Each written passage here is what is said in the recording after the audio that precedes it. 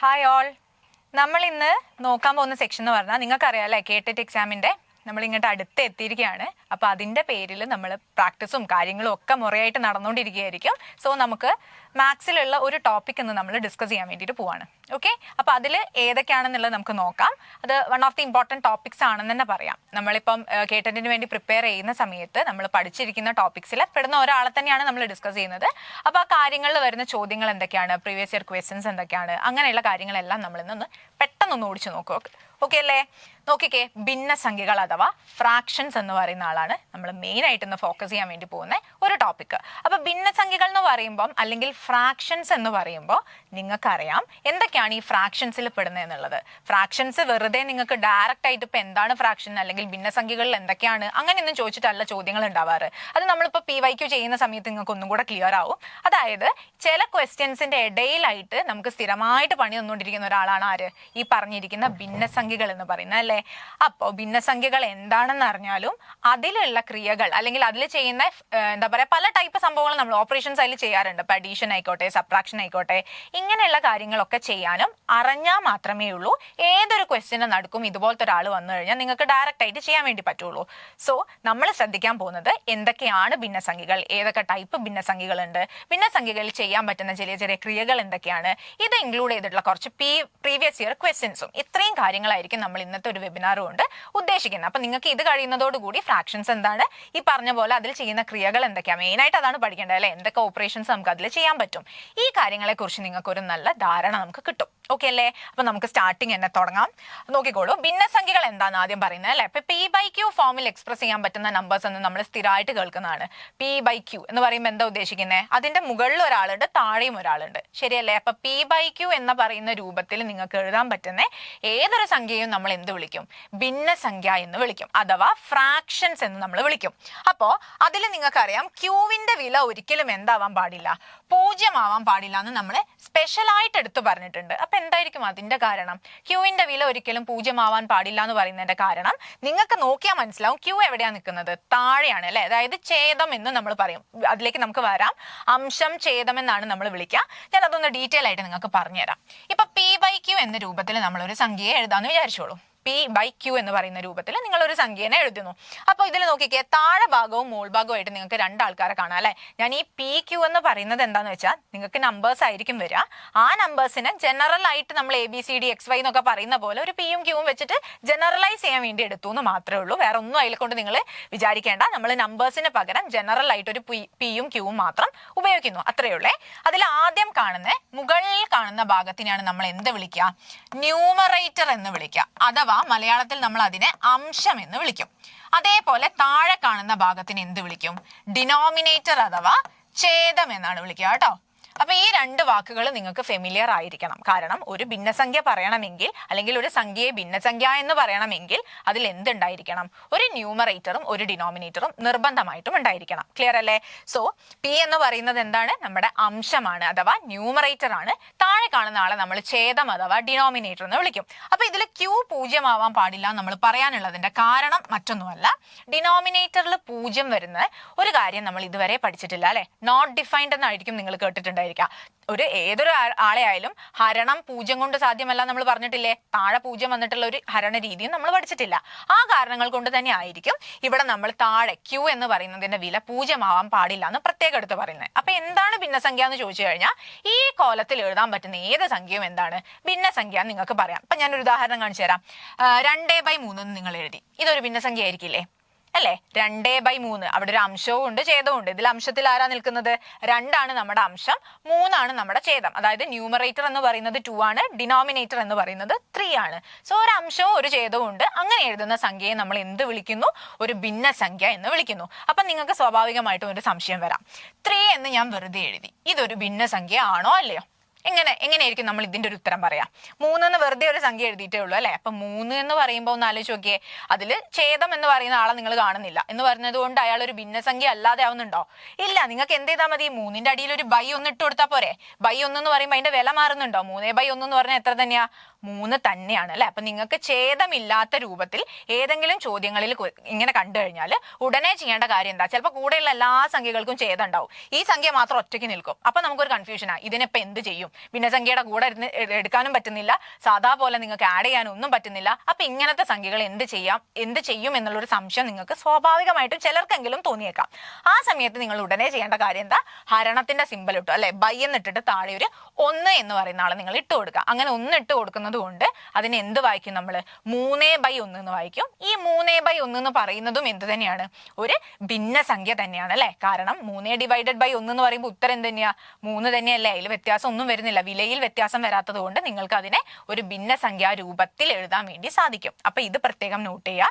പരീക്ഷകൾക്ക് സാധാരണ തരുന്ന ഭിന്നസംഖ്യകളുടെ കൂടെ ഒറ്റയ്ക്ക് നിൽക്കുന്ന സംഖ്യകൾ ഉണ്ടെങ്കിൽ ഛേദമില്ലാത്തത് കൊണ്ട് ചെയ്യാൻ പറ്റാത്ത അവസ്ഥയിലേക്ക് വരരുത്.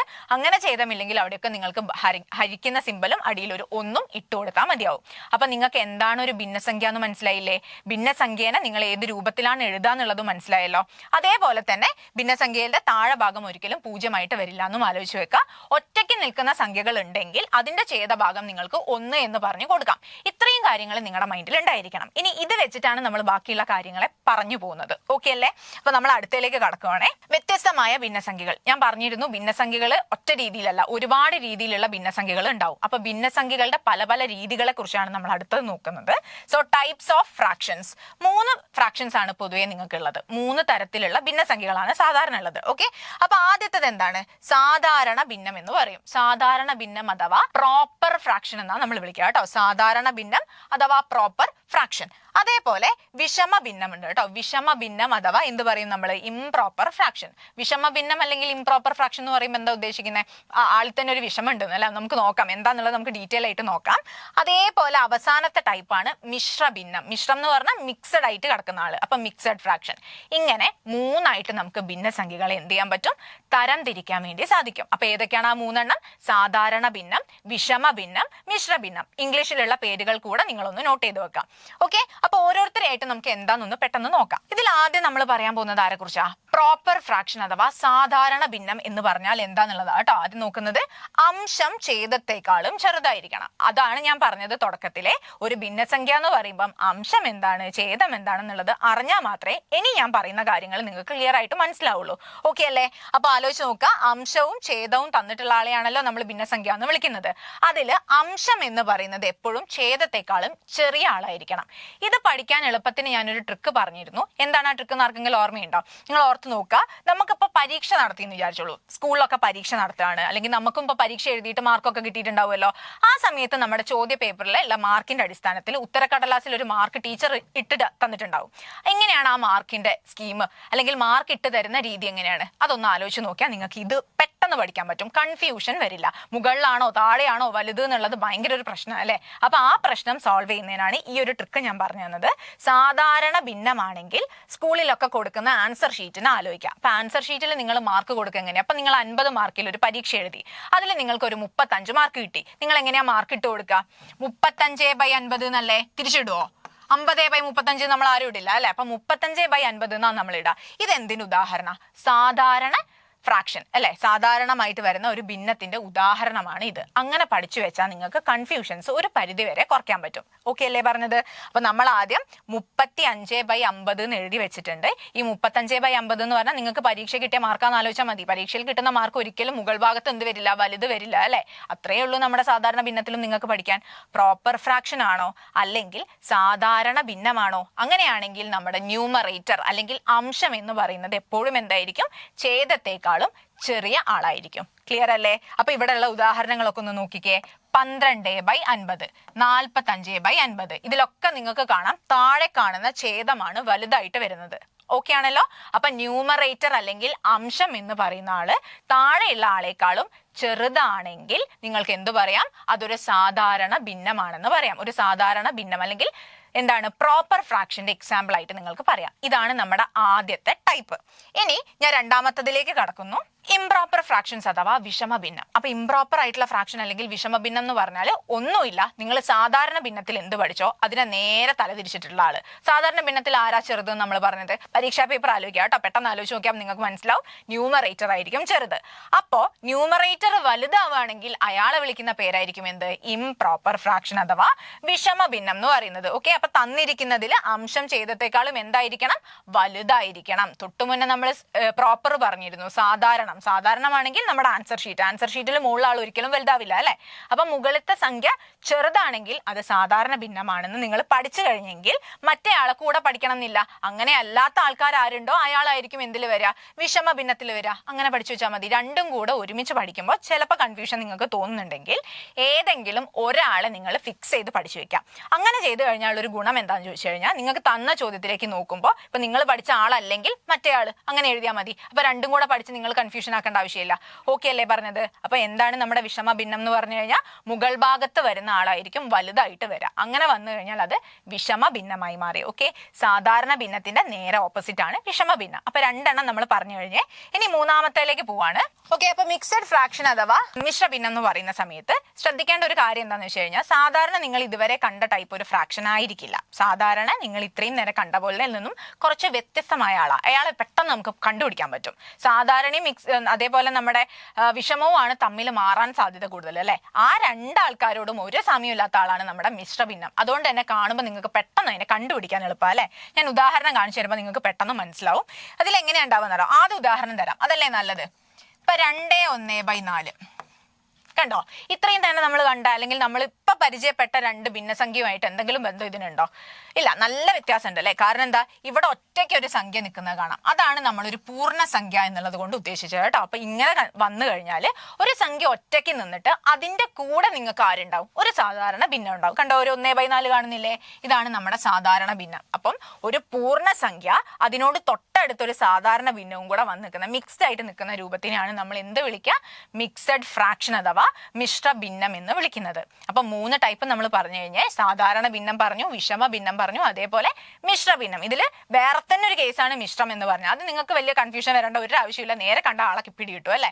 അപ്പൊ ഈ 3 ആൾക്കാരെയും നിങ്ങൾ പഠിച്ചിരിക്കുക, ഒന്ന് ഓർത്തിരിക്കുക. കാരണം പരീക്ഷയുടെ ഇടയിൽ ഞാൻ നേരത്തെ പറഞ്ഞ പോലെ നേരെ എന്താണ് ഫ്രാക്ഷൻ അല്ലെങ്കിൽ എന്താണ് മിശ്ര ഭിന്നം അങ്ങനെയൊന്നും ചോദിച്ച് വരില്ല. പക്ഷേ ഈ ആൾക്കാർ അടങ്ങിയിട്ടുള്ള ചോദ്യങ്ങൾ അധികവും പരീക്ഷയ്ക്ക് വരാറുമുണ്ട്. അപ്പോൾ ഈ ഫ്രാക്ഷൻസിന്റെ സെക്ഷൻ നന്നായിട്ട് ഓക്കെ ആയാൽ മാത്രമേ ഉള്ളൂ ആ ചോദ്യങ്ങളിൽ നിങ്ങൾക്ക് വലിയ കുഴപ്പമില്ലാതെ ചെയ്യാൻ വേണ്ടി പറ്റുള്ളൂ.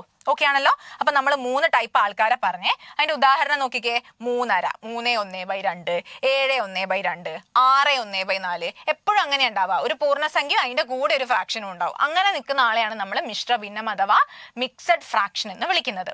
ഇത്രയും പറഞ്ഞത് ക്ലിയർ ആണല്ലോ? ഇനി നോക്കിക്കോളൂ, ഏതൊരു വിഷമ ഭിന്നത്തെയും മിശ്ര ഭിന്ന രൂപമാക്കാം. ഇത് നിങ്ങൾ ഓർത്തിരിക്കേണ്ട പോയിന്റ് ആട്ടോ. സാധാരണയല്ല, ഏതൊരു വിഷമ ഭിന്നത്തിനെയും നമുക്ക് മിശ്ര ഭിന്നവും ആക്കാൻ പറ്റും. അതേപോലെ നിങ്ങൾക്ക് തിരിച്ചും ചെയ്യാം.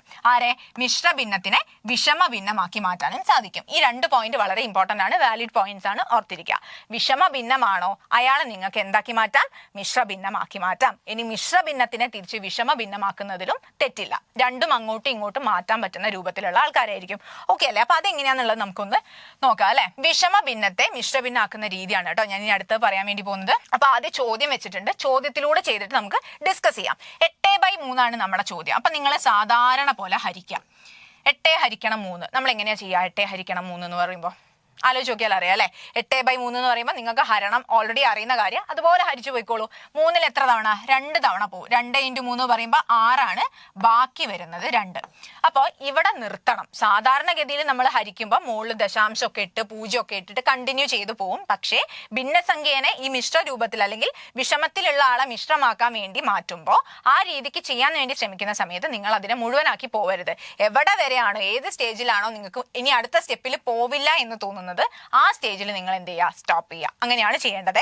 അപ്പൊ 2ൽ ഇനി 3 പോവില്ല എന്ന് ഉറപ്പായി. അപ്പൊ അവിടെ നിർത്തിക്കോളൂ. ഇനിയാണ് നമ്മൾ ഇതിനെ എന്താക്കി മാറ്റാൻ പോകുന്നത്? മിശ്ര ഭിന്നമാക്കി എഴുതാൻ വേണ്ടി പോകുന്നത്. അപ്പൊ ശ്രദ്ധിച്ചേ, തുടങ്ങുന്നത് ഇവിടുന്ന. ഈ ഹരണഫലം ഉണ്ടല്ലോ, 2 ആണല്ലോ നമ്മുടെ ഹരണഫലം. ഈ ഹരണഫലത്തിനാണ് നിങ്ങൾ എന്താക്കി എഴുതേണ്ടത്? പൂർണ്ണസംഖ്യ ആയിട്ട് എഴുതേണ്ടത്. ഓക്കെ, അപ്പൊ മിശ്രഭിന്നം എന്ന് പറഞ്ഞാൽ അതിലൊരു പൂർണ്ണസംഖ്യ ഒരു ഫ്രാക്ഷനും ഉണ്ടാവേ, അത് ഓർത്ത് വെക്കുക. അപ്പൊ കോഷ്യന്റ് ആയിട്ട് വരുന്ന ആള് അഥവാ ഹരണഫലമായിട്ട് വരുന്ന സംഖ്യ ആരാണോ ആ സംഖ്യയെ നമ്മൾ എന്താക്കിയിട്ട് എഴുതും? ഇപ്പുറത്തെ സൈഡിലുള്ള പൂർണ്ണസംഖ്യയായിട്ട് എഴുതും. ഇനി എഴുതേണ്ട ഓർഡർ നോക്കി വെക്കുക. ഇവിടുന്ന് തുടങ്ങിയില്ലേ, നമ്മൾ അടുത്തത് ഇങ്ങോട്ടാ വരണ്ടേ കേട്ടോ. അപ്പൊ 2/, ഇവിടുന്ന് വീണ്ടും തിരിച്ചു പോവാ. ആരിലെത്തി? 3 എത്തി. അപ്പോൾ 8/3 മിശ്ര രൂപമാണ് 2/2/3. എന്താ നമ്മൾ ചെയ്തിട്ടുണ്ടായിരുന്നേ? ഒന്നുകൂടി ഒന്ന് ആലോചിച്ച് നോക്കിയേ. സംഖ്യകളെ സാധാ പോലെ നിങ്ങൾ ഹരിച്ചിട്ട് ഒരു സ്റ്റേജ് എത്തുമ്പോൾ ഇനി തുടർന്ന് പോവില്ല എന്ന് ഉറപ്പായി ആ സ്റ്റേജിൽ നമ്മൾ സ്റ്റോപ്പ് ചെയ്തു. എന്നിട്ട് ഇതിന്റെ എത്രയാണോ നിങ്ങൾക്ക് ഉത്തരമായിട്ട് വന്ന ആള് അതിനെ പൂർണ്ണസംഖ്യയായി എഴുതി. പിന്നെ അവിടെ നിന്ന് ഇങ്ങനെ ചുറ്റി വന്നു. താഴെ കിട്ടിയ ശിഷ്ടം അഥവാ റിമൈൻഡർ എന്ന് പറയുന്ന ആളെ മുകളിൽ എഴുതി, ഈ സംഖ്യയെ താഴെ എഴുതി. ഇത് തെറ്റിയിട്ടുണ്ടോ എന്ന് ഓർക്കാൻ വേണ്ടിയിട്ട് ഒരു എളുപ്പവഴി ഉള്ളത് എന്താണെന്ന് വെച്ച് കഴിഞ്ഞാൽ, നിങ്ങളുടെ ചോദ്യത്തിന്റെ ഛേദവും അതേപോലെ മിശ്രഭിന്നമാക്കി എഴുതിയിട്ടുള്ള ഉത്തരത്തിന്റെ ഛേദവും രണ്ടും സെയിം ആയിരിക്കും. കണ്ടോ, ഇത് 3 തന്നെയാണ്, ഇതും 3 തന്നെയാണ്. അങ്ങനെയേ വരാൻ പാടുള്ളൂ കേട്ടോ. അപ്പൊ മിശ്രഭിന്നം ആയാലും ശരി വിഷമഭിന്നമായാലും ശരി രണ്ടിന്റെയും ഛേദം എന്തായിരിക്കണം? തുല്യമായിട്ട് വരണം.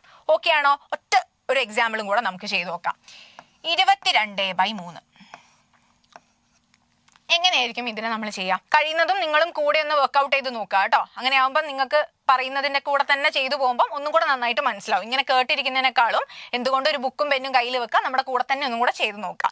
അപ്പൊ 22/3 എന്ന് പറയുമ്പോൾ നിങ്ങൾക്കറിയാം, സാധാ പോലെ ഹരിച്ചു തുടങ്ങിയ 7 തവണ അല്ലെ, 7 ഗുണിക്കണം 3 എന്ന് പറഞ്ഞാൽ 21 ബാലൻസ് 1 വന്നു.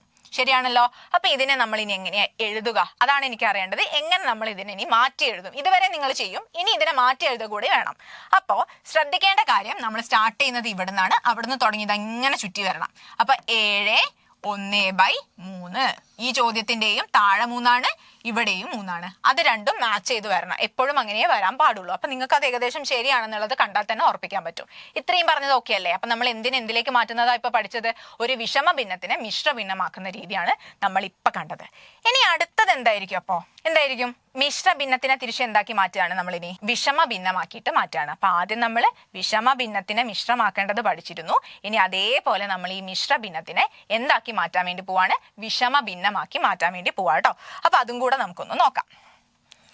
5/1/2 ഇങ്ങനെ ചെയ്യുമ്പോൾ ശ്രദ്ധിക്കേണ്ട കാര്യം നോക്കിക്കേ. 5/1/2 നമ്മുടെ സംഖ്യ ഇങ്ങനെയാ കിടക്കുന്നത് അല്ലേ?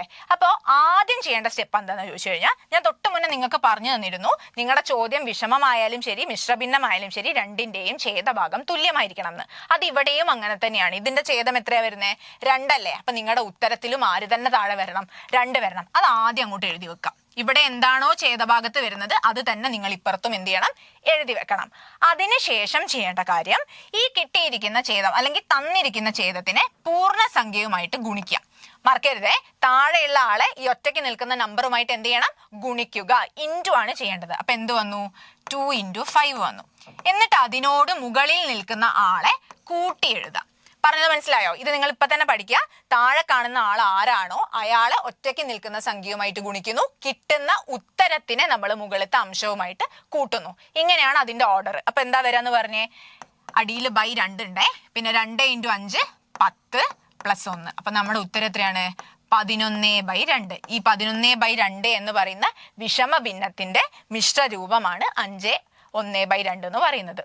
ഓക്കെ അല്ലേ? അപ്പൊ എന്താ ചെയ്യേണ്ടത്? നമ്മൾ എന്താണോ ചോദ്യത്തിൽ ഉണ്ടായിരുന്ന ഛേദം, ആ ഛേദത്തിനെ തന്നെ നിങ്ങൾ താഴെയും അപ്പുറത്തേക്കും എടുത്തെഴുതി.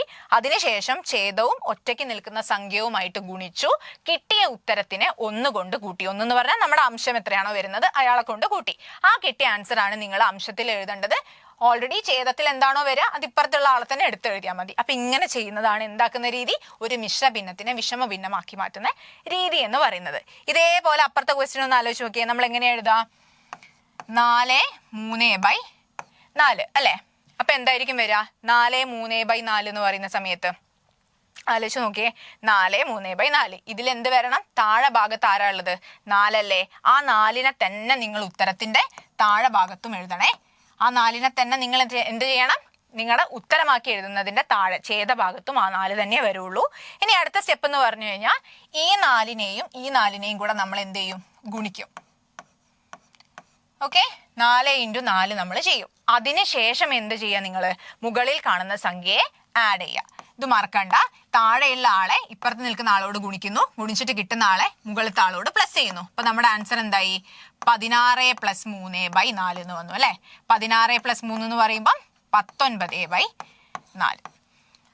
ഓക്കെ, അപ്പൊ അപ്പൊ നമ്മുടെ ആൻസർ എന്താണെന്ന് കിട്ടി? 19/4. അപ്പൊ ഇങ്ങനെയാണ് നമ്മൾ എന്ത് ചെയ്യുന്നത്? ഒരു മിശ്ര ഭിന്നത്തിനെ വിഷമ ഭിന്നമാക്കി മാറ്റുന്നത്. അപ്പൊ നമ്മളിപ്പോ പറഞ്ഞു കഴിഞ്ഞത് 3 ടൈപ്പ് ഫ്രാക്ഷൻസിനെ കുറിച്ചാണ്. ആ ഫ്രാക്ഷനിൽ തന്നെ പെടുന്ന 2 പേരെ അങ്ങോട്ടും ഇങ്ങോട്ടും പരസ്പരം എങ്ങനെ മാറ്റുന്നു എന്നുള്ള കാര്യത്തിനെ കുറിച്ച് കൂടി നമ്മൾ പറഞ്ഞു. ഓക്കെ അല്ലേ? അപ്പൊ ഞാൻ അടുത്ത സെക്ഷനിലോട്ട് പോവാണേ. നെക്സ്റ്റ് സെക്ഷനിലേക്ക് പോകുന്നു. സമാന ഭിന്നങ്ങൾ. എന്താണ് സമാന ഭിന്നങ്ങൾ എന്ന് പറഞ്ഞു കഴിഞ്ഞാൽ? ഒന്ന് ആലോചിച്ച് നോക്കിയേ. സമാന ഭിന്നങ്ങൾ എന്ന് പറയുമ്പോൾ എന്തായിരിക്കും? വാക്കിൽ തന്നെ ഉണ്ട് സമാനത അല്ലെങ്കിൽ സാമ്യത എന്നൊക്കെ പറഞ്ഞാൽ എന്താണ്? ഒരേ ടൈപ്പിൽ വരുന്ന ആൾക്കാർ, ശരിയല്ലേ? അപ്പോൾ ഒരേ ടൈപ്പിൽ വരുന്ന ആൾക്കാർ അല്ലെങ്കിൽ സമാനത വരാന്ന് പറഞ്ഞു കഴിഞ്ഞാൽ എന്താ എന്നുള്ളതാണ് അടുത്തത് ഞാൻ പറയാൻ പോകുന്നത് കേട്ടോ. അപ്പൊ നമ്മൾ നിങ്ങളുടെ ഡൗട്ട്സും കാര്യങ്ങളൊക്കെ നമുക്ക് ലാസ്റ്റിലേക്ക് ഒന്ന് നോക്കാം. അപ്പൊ ആദ്യം ഞാൻ ഈ കാര്യങ്ങളൊന്ന് പറഞ്ഞു കഴിഞ്ഞതിന് ശേഷം ഡൗട്ടും കാര്യമൊക്കെ നമുക്ക് ക്ലിയർ ചെയ്യാം കേട്ടോ. ഓക്കെ അല്ലേ? അപ്പൊ നമ്മൾ സമാന ഭിന്നങ്ങളിലേക്ക് കടക്കുകയാണേ.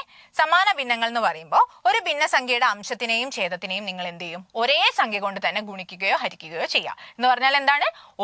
ഒരു ഭിന്നസംഖ്യ നിങ്ങളുടെ കയ്യിലുണ്ടാവും. ആ ഭിന്നസംഖ്യക്ക് ഒരു അംശവും ഒരു ഛേദവും ഉണ്ടായിരിക്കുമല്ലോ. ഈ അംശത്തിനെയും ഛേദത്തിനെയും നിങ്ങൾ ഒരേ സംഖ്യ കൊണ്ട്, ഇപ്പൊ 2 നിങ്ങൾ എടുക്കുന്നതെങ്കിൽ മുകളിലത്തെ ആളെയും 2 കൊണ്ട് ഗുണിക്കണം, താഴത്തെ ആളെയും 2 കൊണ്ട് ഗുണിക്കണം. അപ്പൊ നിങ്ങൾക്ക് പുതിയൊരു ഉത്തരം കിട്ടും അല്ലെ? ആ ഉത്തരവും ആദ്യം നമ്മൾ എടുത്ത ഭിന്നസംഖ്യയും സമാന ഭിന്ന രൂപങ്ങളായിരിക്കും. ഈ ഗുണനത്തിന് പകരം നിങ്ങൾക്ക് എന്തും ചെയ്യാം, ഹരണവും ചെയ്യാം. 2 രീതിയിലായാലും പ്രശ്നമില്ല. ഓക്കെ, അതെങ്ങനെയാന്നുള്ളത് നമുക്കൊരു എക്സാമ്പിളിലൂടെ കാണാം. നോക്കിക്കോളൂ. 1/2 കേട്ടോ. അപ്പൊ ഇതിന്റെ സമാന രൂപങ്ങൾ എനിക്ക് എഴുതണം. 1/2ന്റെ സമാന രൂപങ്ങൾ എങ്ങനെയാ നമ്മൾ എഴുതാം? ഞാൻ പറഞ്ഞിരുന്നു, മുകളിലും താഴെയും കാണുന്ന സംഖ്യയെ നിങ്ങൾക്ക് ഒരേ സംഖ്യ കൊണ്ട് ഗുണിക്കുക അല്ലെങ്കിൽ ഹരിക്കാം. 2 രീതിയിലും ചെയ്യാം. ഇപ്പൊ ഞാൻ ഇവിടെ 2നെ എടുക്കാന്ന് വിചാരിച്ചോ. മുകളിലും താഴെയും ഞാൻ ഒരു 2 കൊണ്ട് ഗുണിച്ചു. എനിക്ക് എത്രയാ ഉത്തരം കിട്ടുക? 1 × 2 2, 2 × 2 4. അപ്പൊ നോക്കിക്കേ, ഈ 2/4 എന്ന് പറയുന്നത് നമ്മുടെ ചോദ്യമായിട്ടുള്ള 1/2ന്റെ സമാനമായിട്ടുള്ള ഭിന്നരൂപമാണ്. കാരണം ഇയാളെ വെട്ടി ചെറുതാക്കിയാലും നിങ്ങൾക്ക് 1/2 തന്നെയാ കിട്ടുക. മനസ്സിലായോ? അപ്പൊ ഒരാൾക്ക് സമാനമായിട്ട് മറ്റേയാളെ കണ്ടുപിടിക്കാൻ പറഞ്ഞു കഴിഞ്ഞാൽ ഒന്നെങ്കിൽ അയാൾ ഒരേ സംഖ്യകൾ കൊണ്ട് നിങ്ങൾക്ക് ഹരിക്കാം, അതല്ലെങ്കിൽ ഒരേ സംഖ്യകൾ കൊണ്ട് ന്യൂമറേറ്ററും ഡിനോമിനേറ്ററും 2 പേരെയും നിങ്ങൾക്ക് ഗുണിക്കാം. അങ്ങനെ കിട്ടുന്ന ഉത്തരങ്ങളൊക്കെ ആദ്യത്തെ ആളുടെ സമാന രൂപങ്ങളായിരിക്കും. ഓക്കെ ആണല്ലോ? ഒന്നും കൂടെ നമുക്ക് എക്സാമ്പിൾ നോക്കാം. ഇതേ 1/2നെ തന്നെ ഞാൻ മുകളിലും താഴെയും ഒരു 3 വെച്ച് ഗുണിക്കാന്ന് വിചാരിച്ചോളൂ. ഇപ്പൊ എന്താ നമ്മുടെ ഉത്തരം കിട്ടിയിട്ടുണ്ടാവുക? 3/6 എന്ന് മാറിയിട്ടുണ്ടാവും അല്ലെ? അപ്പൊ 3/6 എന്ന് പറയുന്നതും എന്ത് തന്നെയാണ്? 1/2ന്റെ സമാന രൂപമാണ്. ഓക്കെ അല്ലേ? ഇനി വീണ്ടും വരാം. നമുക്ക് ഇതേ 1/2നെ ഞാനൊരു 100 കൊണ്ട് ഗുണിച്ചു. ഇപ്പൊ എന്തായിരിക്കും നമ്മുടെ ഉത്തരം വരിക? 1 × 100. 1 × 100 എന്ന് പറയുമ്പോൾ എത്രയാണ്? 100 എന്ന് വന്നു. അതേപോലെ 2 × 100 എന്ന് പറയുമ്പോൾ 200 എന്ന് വന്നു. ശരിയല്ലേ? അപ്പൊ ഇങ്ങനെ കിട്ടുമ്പോഴും ഇതും എന്തിന്റെ സമാന രൂപമാണ്? 1/2ന്റെ സമാന രൂപ.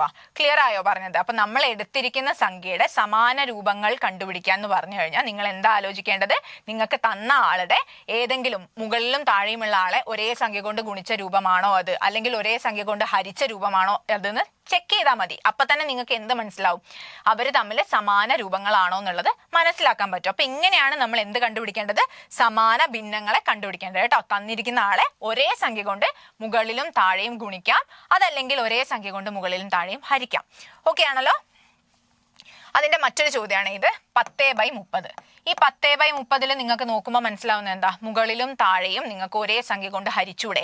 ഞാൻ ചോദിക്കുകയാണ്, ഇതിന് സമാനമായ വേറൊരു രൂപം എനിക്ക് കണ്ടുപിടിച്ച് തരണം. അപ്പൊ ആദ്യം ചെയ്യേണ്ട കാര്യം എന്താ? നിങ്ങൾക്ക് ഗുണിക്കാം. നിങ്ങൾ ഓപ്ഷൻസിലേക്ക് നോക്കുക കേട്ടോ. 4 ഓപ്ഷൻസ് നിങ്ങളുടെ കയ്യിലുണ്ടാവും. ആ 4 ഓപ്ഷൻസിൽ ഇയാൾ ഇതിനെ മാറ്റിയാൽ ആ 4 ഓപ്ഷൻസിൽ ഏതിലേക്കെങ്കിലും ആക്കാൻ പറ്റുമോന്നാണ് നമ്മൾ നോക്കേണ്ടത്. അത് എങ്ങനെ മാറ്റണം? ഒന്നെങ്കിൽ നിങ്ങൾ ഈ 10നെയും 30നെയും ഏതെങ്കിലും ഒരേ സംഖ്യ കൊണ്ട് ഹരിച്ചു നോക്കുക. അപ്പൊ താഴെ കാണുന്ന ഓപ്ഷനിൽ ആരെങ്കിലും ആവുന്നുണ്ടോ നോക്കുക. അതല്ലെങ്കിൽ നിങ്ങൾക്ക് ഒരേ സംഖ്യ കൊണ്ട് മുകളിലും താഴെയും ഗുണിച്ചു നോക്കുക. അന്നപ്പം കിട്ടുന്ന ആൻസർ ആ ഓപ്ഷനിലുണ്ടോ നോക്കുക. ഈ 2 രീതിയിൽ നിങ്ങൾക്ക് കണ്ടുപിടിക്കാം. ഇപ്പോൾ ഇതിന്റെ വേറൊരു സമാന രൂപം എന്ന് പറഞ്ഞാൽ എനിക്ക് ഇതിനെ 1 കൊണ്ടോ 2 കൊണ്ടോ 3 കൊണ്ടോ 4 കൊണ്ടോ ഒക്കെ മുകളിലും താഴെയും ഗുണിച്ചു നോക്കി അപ്പോഴൊക്കെ വേറെ ഉത്തരങ്ങൾ കിട്ടും. ഈ ഉത്തരങ്ങളൊക്കെ 10/30ന്റെ എന്താണ്?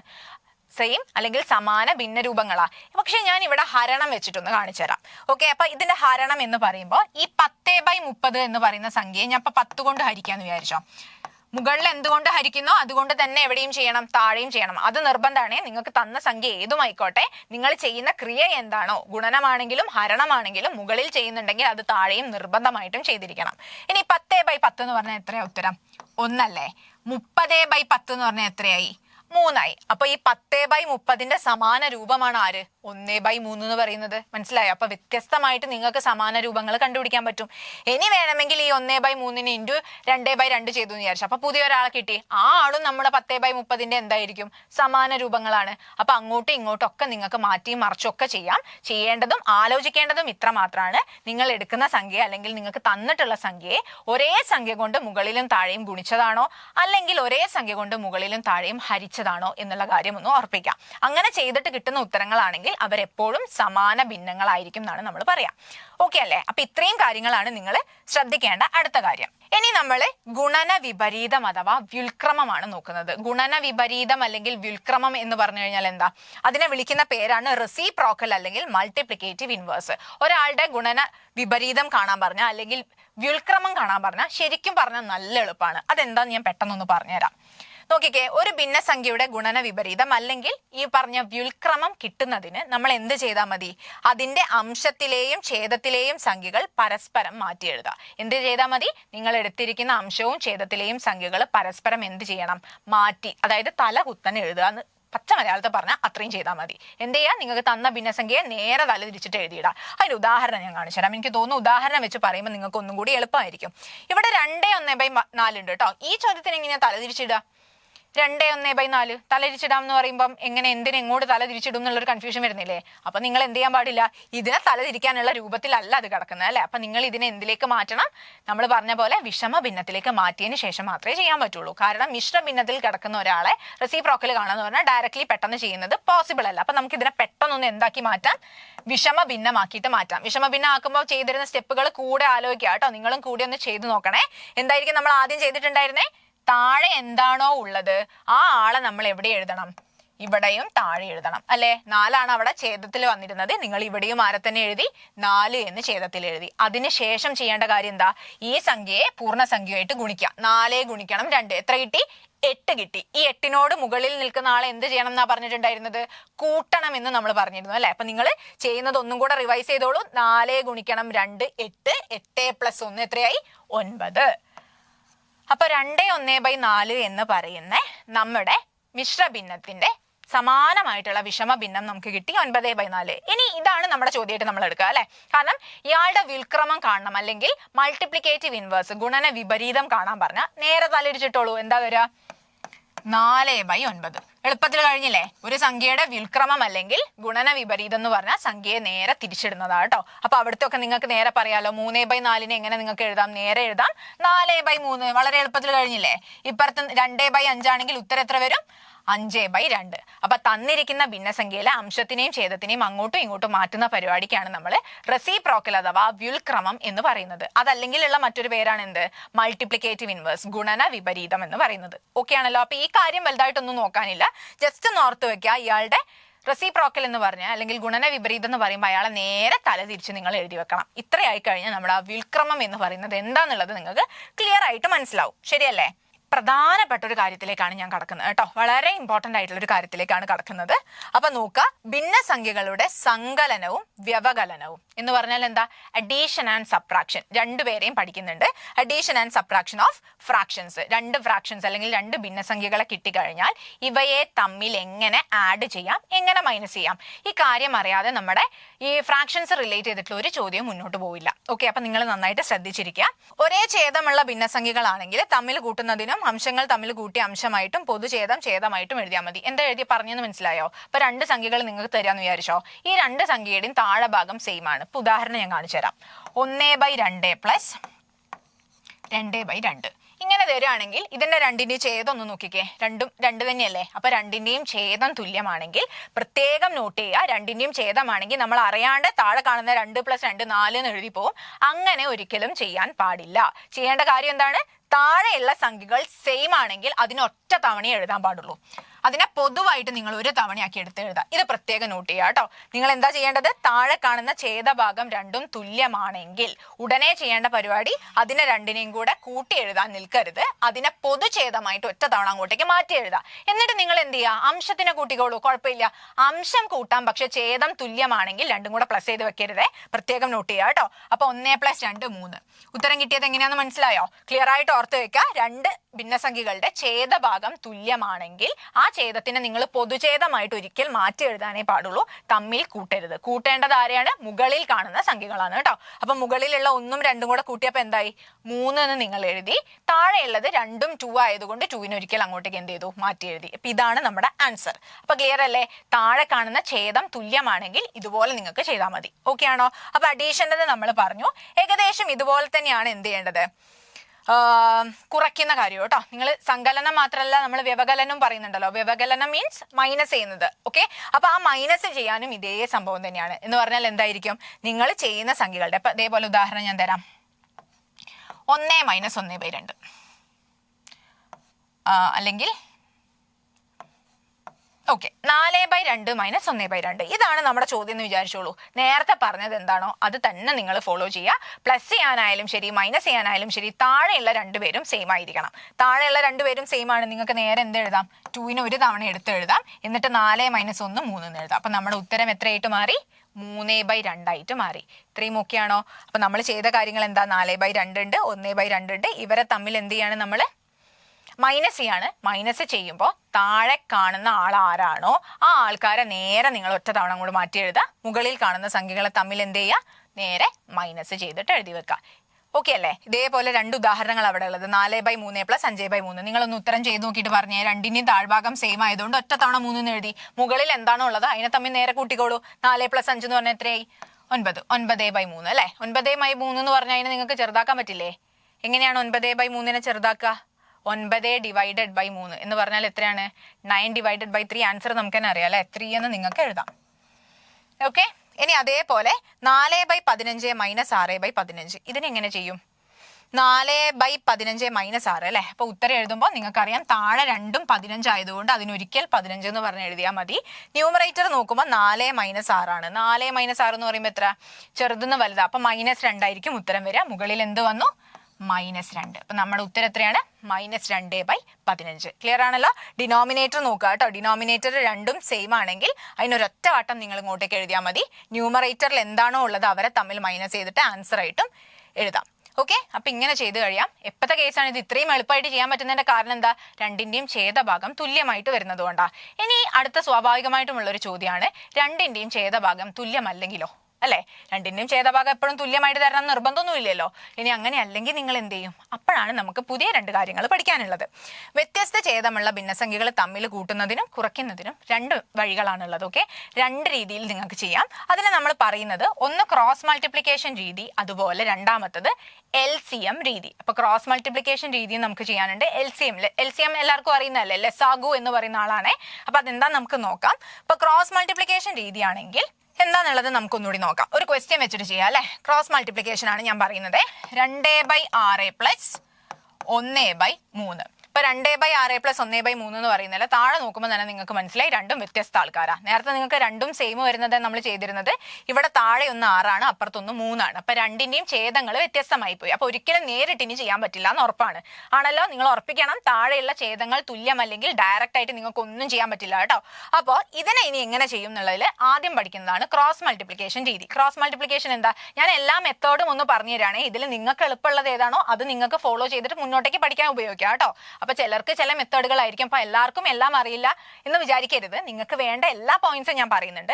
അതിൽ ഏതാണോ നിങ്ങൾക്ക് കൂടുതലായിട്ട് പ്രിഫർ ചെയ്യാൻ പറ്റുന്നത് അത് വെച്ച് മുന്നോട്ടേക്ക് പോയാൽ മതി. ഓക്കെ, അപ്പൊ അതിൽ ഏതാണ് എളുപ്പം കാര്യങ്ങളൊക്കെ ഞാൻ എടുക്കുന്നതിന്റെ കൂട്ടത്തിൽ തന്നെ പറഞ്ഞുതരാം കേട്ടോ. അപ്പൊ ശ്രദ്ധിച്ചേ, ഇവിടെ ഒന്നിന്റെ അടിയിൽ 2ഉം മറ്റേന്റെ അടിയിൽ 3ഉം ആണ്. അപ്പൊ നമ്മൾ എന്താ ചെയ്യാ?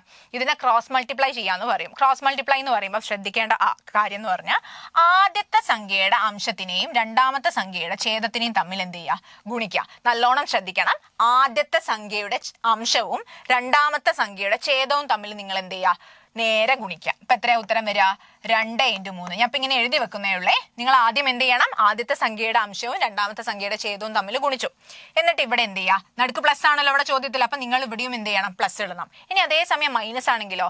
വ്യത്യാസം ഒന്നുമില്ല. പ്ലസ് ഉള്ള സ്ഥലത്ത് മൈനസ് വരും. അത്ര മാത്രമേ ഉള്ളൂ. ബാക്കി എല്ലാം സെയിം ആണ് കേട്ടോ. നന്നായിട്ട് ശ്രദ്ധിക്കുക. അപ്പൊ ആദ്യത്തെ ആളുടെ അംശവും രണ്ടാമത്തെ ആളുടെ ഛേദവും. ഇതാണ് ഈ ഓർഡർ ആദ്യം പഠിച്ചു വെക്കുന്നതാണ് നല്ലത്. കാരണം മൈനസ് വരുമ്പോൾ തിരിച്ച് ചെയ്താൽ പ്രശ്നമാണ്. അതുകൊണ്ട് പ്ലസിനും മൈനസിനും ഒരേ രീതി നിങ്ങൾ ഫോളോ ചെയ്താൽ കൺഫ്യൂഷൻ വരില്ല. ഇതേപോലെ തന്നെ ഫോളോ ചെയ്താൽ മതി. മുകളിൽ കാണുന്ന സംഖ്യയും രണ്ടാമത്തെ സംഖ്യേന്റെ താഴെയുള്ള നമ്പറും കൂടെ നിങ്ങൾ ഗുണിച്ചു. ഇനി അടുത്ത പരിപാടി എന്താ? നടുക്ക് പ്ലസ് ആണെങ്കിൽ പ്ലസ് ഇടുക, മൈനസ് ആണെങ്കിൽ മൈനസ് ഇടുക. ഇനി ഇതേപോലെ നിങ്ങൾ എന്ത് ചെയ്യണം? ഇതിന്റെ അടിത്താളെയും ഇതിന്റെ മുകൾത്താളെയും കൂടെ മൾട്ടിപ്ലൈ ചെയ്യണം. അപ്പൊ എന്ത് വന്നു? 1 × 6 എന്ന് വന്നു. ഓക്കെ അല്ലേ? അപ്പൊ ചെയ്ത കാര്യങ്ങൾ നന്നായിട്ടൊന്ന് ശ്രദ്ധിക്കുക. 2 × 3 എന്ന് എഴുതുന്നു, നടുക്ക് പ്ലസ് ഇട്ടു. 6 × 1 എന്ന് എഴുതുന്നു, അതും നിങ്ങൾ ഇൻറ്റു ചെയ്തിട്ട് എഴുതി. ഇനി താഴത്തെ സംഖ്യയാണ് പ്രത്യേകം ശ്രദ്ധിക്കേണ്ടത്. താഴെ നിങ്ങൾക്ക് ആരൊക്കെയാ ഉള്ളത്? 6 ഉണ്ട് 3 ഉണ്ട് അല്ലെ? ഇവരെ തമ്മിലും നിങ്ങൾ എന്ത് ചെയ്യണം? ഗുണിക്കണം. നേരെ എഴുതി വെക്കാൻ പറ്റില്ല. ഇവരെ തമ്മിലും നിങ്ങൾ എന്ത് ചെയ്യുക? ഗുണിക്കുക. അപ്പൊ 6 × 3 എന്ന് വന്നു. സോ ആൻസർ എത്രയായിരിക്കും വരിക? ഇതൊന്ന് ഇൻറ്റു ചെയ്തിട്ട് പറഞ്ഞേ. ഇത് ഞാൻ ഇപ്പൊ പറയുന്നത് ക്രോസ് മൾട്ടിപ്ലിക്കേഷൻ രീതിയാണ്. നിങ്ങൾ എല്ലാ ചോദ്യവും ഇങ്ങനെ തന്നെ ചെയ്യണം എന്നല്ല ഞാൻ പറയുന്നത്. ക്രോസ് മൾട്ടിപ്ലിക്കേഷൻ രീതി എന്താണെന്നുള്ളതൊന്ന് പരിചയപ്പെടുത്തി തരാം. ഇതേപോലെ നിങ്ങൾക്ക് LCMന്റെ രീതിയും ഞാൻ പറഞ്ഞുതരാം. അത് വെച്ച് നിങ്ങൾ കമ്പയർ ചെയ്ത് നോക്കുക. നിങ്ങൾക്ക് ഏതാണ് എളുപ്പം അത് വെച്ച് നിങ്ങൾ ചെയ്താൽ മതി. ഓക്കെ അല്ലേ? അപ്പൊ നോക്കിക്കേ, 6 × 3 എന്ന് പറഞ്ഞാൽ എത്ര വന്നു? ഒന്ന് ആഡ് ചെയ്ത് ഇൻറ്റു ചെയ്ത് നോക്കിയേ. 2 × 3 6. 6 + 6/18 എന്ന് വന്നു. നേരെ ഇൻറ്റു ചെയ്യലാണ്. ഇൻറ്റു ചെയ്ത് പ്ലസ് ചെയ്തു. ബ്രാക്കറ്റ് ഇട്ട് എന്തിനാന്ന് വെച്ച് കഴിഞ്ഞാൽ ആദ്യം അത് ചെയ്യാൻ വേണ്ടിയിട്ടാ. അപ്പൊ 2 × 3 6 + 1 × 6 6, അടിയിൽ 18. അടിയിത്താളെ ചെയ്യാൻ പ്രത്യേകം നിങ്ങൾ ശ്രദ്ധിക്കുക. ചിലപ്പോൾ വിട്ടുപോകരുത്. ഈ രണ്ടുപേരെയും കൂടെ ഗുണിക്കണം കേട്ടോ. താഴെ എന്താണോ ഉള്ളത് അവരെ തമ്മിൽ അങ്ങോട്ട് ഗുണിക്കാം. ആൻസർ എന്തോ വന്നു? അപ്പോൾ 12/18. ഇതിന് വേണമെങ്കിൽ നിങ്ങൾക്ക് ചെറുതാക്കാം കേട്ടോ. ചെറുതാക്കാന്ന് പറഞ്ഞാൽ ആരുടെ ഗുണന പട്ടികയിൽ ആ പൊതുവായിട്ട് വരുന്നതെന്ന് നോക്കിയാൽ മതി. ഇപ്പൊ 12 എടുത്താലും 18 എടുത്താലും ആരുടെ ഗുണന പട്ടികയിലായിരിക്കും അത് വരുന്നുണ്ടായിരിക്കുക? ഇപ്പം എക്സാമ്പിൾ പറഞ്ഞാൽ 6ന്റെ ഗുണന പട്ടിക അല്ലെ? 12 എന്ന് പറയുന്നത് 6ന്റെ പട്ടികയിലും ഉണ്ട്, 18ന്റെ പട്ടികയിലുമുണ്ട്. 6ന്റെ പട്ടികയിൽ 12 എത്ര തവണയാണ് വരുന്നത്? 2 തവണയല്ലേ? 18ൽ 3 തവണ. അപ്പൊ ഇതിനെ വേണമെങ്കിൽ നിങ്ങൾക്ക് 2/3 എന്ന് പറഞ്ഞിട്ടും എഴുതാം. അപ്പൊ ആലോചിക്കണേ, 12/18ഉം 2/3 എന്താണ്? സമാന ഭിന്നങ്ങളാണ്. സമാന ഭിന്നം എന്താന്നുള്ളത് ഇവിടേക്ക് കണക്ട് ചെയ്ത് നോക്കുക. ഓക്കെ അല്ലേ? അപ്പം 12/18 നിങ്ങൾക്ക് വെട്ടിച്ചെറുതാക്കാം. വെട്ടിച്ചെറുതാക്കുക എന്ന് ഉദ്ദേശിക്കുന്നത് ആരുടെയെങ്കിലും ഗുണന പട്ടികയിൽ പൊതുവായിട്ട് വരുന്നുണ്ടെങ്കിൽ ആ പൊതു ഘടകത്തിന് അങ്ങോട്ട് കട്ട് ചെയ്ത് കളയാ, ബാക്കി വരുന്ന സംഖ്യനെ എഴുതാം. അത്ര മാത്രമേ ഉദ്ദേശിക്കുന്നുള്ളൂ ചെറുതാക്കൽ കൊണ്ട് കേട്ടോ. അപ്പൊ ഇതാണ് നമ്മുടെ ആൻസർ ആയിട്ട് വരുന്നത്. ഇതേ കാര്യം തന്നെ നമുക്ക് ആരിലും ചെയ്യാം, മൈനസിലും ചെയ്തൂടെ? നോക്കിക്കേ, ഒന്ന് 4/3, ഒന്ന് 1/2. അപ്പൊ 4/3 - 1/2. ഒന്ന് ആലോചിച്ചിട്ട് പറയാം. നേരത്തെ പറഞ്ഞ സെയിം കാര്യമാണ്, പ്ലസിന് പകരം മൈനസ് ആയി എന്നുള്ള വ്യത്യാസമേ ഉള്ളേ. അപ്പൊ എങ്ങനെ വരും? 4 × 2 അല്ലെ? അപ്പൊ 4 × 2 - 1 × 3 ഇങ്ങനെയാണേ വരിക. ഡിവൈഡഡ് ബൈ എന്ത് വന്നു? ഈ രണ്ടുപേരെയും കൂടെ നിങ്ങൾ ഇൻറ്റു ചെയ്യുക. അപ്പൊ 3 × 2 എന്ന് വന്നു. അപ്പൊ നമ്മുടെ ആൻസർ എത്രയാ? 8 - 3/6. 8 - 3 എന്ന് പറഞ്ഞാൽ എത്രയായിരിക്കും? 5/6. ക്ലിയർ ആണോ? ഇതിൽ എന്ത് ചെയ്തു? നമ്മൾ മുകളിലുള്ള 4 ഗുണിക്കണം 2, നടുക്ക് മൈനസ് ആയതുകൊണ്ട് അവിടെയും മൈനസ് ഇട്ടു.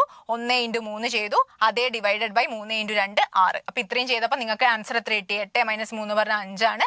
താഴെയുള്ള 6 എഴുതി 5/6. അപ്പൊ പ്ലസ് ആയാലും മൈനസ് ആയാലും ഇങ്ങനെ നിങ്ങൾക്ക് ക്രോസ് മൾട്ടിപ്ലൈ ചെയ്തിട്ട് ഉത്തരം എഴുതാം. അടുത്തത് രണ്ടാമത്തെ രീതിയായിട്ടുള്ള LCM രീതിയാണ് കേട്ടോ. അപ്പൊ LCM അല്ലെങ്കിൽ ലസാഗു എങ്ങനെയാന്നുള്ളത് ഞാനൊന്ന് പെട്ടെന്ന് പറഞ്ഞുതരാം. അപ്പൊ നോക്കിക്കേ, 1/3 + 2/6. ഇതിനെ ലസാഗു രീതി വെച്ചിട്ട് എങ്ങനെ ചെയ്യാം എന്നുള്ളതാ. താഴെയുള്ള 3നെയും 2നെയും നമ്മൾ എന്ത് ചെയ്യണം? താഴെയുള്ള ആൾക്കാരെയാണ് നമ്മൾ എപ്പോഴും എടുക്കുക കേട്ടോ. ഇവരുടെ ലസാഗു കാണണം. ലസാഗു കാണാൻ പഠിച്ചിട്ടുണ്ടായിരിക്കുമല്ലോ. അപ്പൊ ലസാഗു എന്ന് പറഞ്ഞാൽ എന്താ? 3ഉം 6ഉം ആയിട്ട് എടുത്തു. അതിൽ കോമൺ ആയിട്ട് പോകുന്ന സംഖ്യയിൽ നിന്ന് തുടങ്ങാം. എപ്പോഴും നിങ്ങൾ 2 തുടങ്ങുന്നതാണ് ബെസ്റ്റ് അല്ലെ? 2 നമ്മൾ എപ്പോഴും സ്റ്റാർട്ട് ചെയ്യുക. അപ്പൊ 2 തുടങ്ങി. ഇനി നിങ്ങൾക്ക് ഒരു സംശയം ഉണ്ടാവും, 3 2 കൃത്യമായിട്ട് പോകില്ലല്ലോ, അപ്പൊ എന്ത് ചെയ്യും അല്ലെ? അപ്പൊ 3 2 കൃത്യമായിട്ട് പോകുന്നില്ലെങ്കിൽ ഒന്നും ചെയ്യാനില്ല, ആ സംഖ്യ അതേപോലെ താഴേക്ക് പിടിച്ചെഴുതുക. അപ്പൊ 3 2 പോവാത്തത് കൊണ്ട് നിങ്ങൾ എന്ത് ചെയ്യുക? ആ 3നെ അതുപോലെ തന്നെ താഴേക്ക് എഴുതിക്കോ, ഒരു പ്രശ്നവും ഇല്ല. പക്ഷെ 6 2 പോവല്ലോ. 6 2 എത്ര വട്ടാ പോവാ? 3 തവണയാണ് പോവുക. ഡിവൈഡ് ചെയ്ത് നോക്കിയാൽ മതി കേട്ടോ. 6 / 2 എന്ന് പറയുമ്പോൾ ഇവിടെ എത്ര വന്നു? 3 എന്ന് വന്നു. ഇനി നിങ്ങൾ ഇത് 2 കോമൺ ആയിട്ട് പോകുന്നത് 2ലല്ല, 2ൽ 3 പോവില്ല എന്ന് ഉറപ്പാ. ഇനി ഈ 3 3 ആരിലേ പോവുള്ളൂ?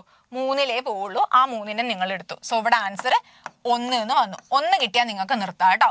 ഇനി ഇതിന്റെ ലസാഗു കാണാൻ എന്താ ചെയ്യുക? ഇടതുവശത്ത് കിട്ടിയ സംഖ്യകളെ നേരെ ഗുണിച്ചാൽ മതി. അപ്പൊ ലസാഗു എന്ന് പറഞ്ഞിട്ട് എന്ത് എഴുതാം? LCM = 2 × 3. ഇത് എത്രയായിരിക്കും? 6 ആണ് നമ്മുടെ ഉത്തരമായിട്ട് വരുന്നത്. ഓക്കെ അല്ലേ? സോ ഇടതുവശത്ത് കൂടെ കിട്ടിയ ആൾക്കാരെ നമുക്ക് എന്ത് ചെയ്യാം? ഗുണിച്ചതിന് ശേഷം ഉത്തരമായിട്ട് എഴുതാം. 2 × 3 എന്ന് പറഞ്ഞാൽ 6. അപ്പൊ ഇവിടെ നോക്കുമ്പോൾ നിങ്ങൾക്ക് കാണാം 6 3 അല്ലെ? ഇനി നിങ്ങൾ ആലോചിക്കുക, ഈ ലസാഗു എന്ന് പറയുന്ന മെത്തേഡ് ഞാൻ എടുത്തു പറഞ്ഞു, പക്ഷേ ഈ ലസാഗുവിലേക്ക് പോവാതെ തന്നെ നിങ്ങൾക്ക് ഈ ചോദ്യത്തിലേക്ക് ഒന്ന് നോക്കിയാൽ പെട്ടെന്ന് ഒരു എളുപ്പവഴി കിട്ടുന്നില്ലേ? നമ്മളെ ഉദ്ദേശം എന്താ? ഛേദഭാഗം തുല്യമാക്കാം. ഛേദം തുല്യമല്ലാതെ മുന്നോട്ടേക്ക് പോവില്ല. അപ്പൊ ഛേദഭാഗം തുല്യമാക്കണമെങ്കിൽ നിങ്ങൾ ചെയ്യേണ്ട കാര്യം എന്താ?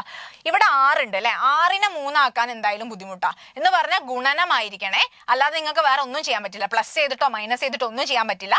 ഈ ഛേദങ്ങൾ തുല്യമാക്കണമെങ്കിൽ ഗുണനം തന്നെ വേണം. അപ്പൊ 6നെ 3 ആക്കുക എന്ന് പറഞ്ഞാൽ കുറച്ച് മെനക്കേടാ.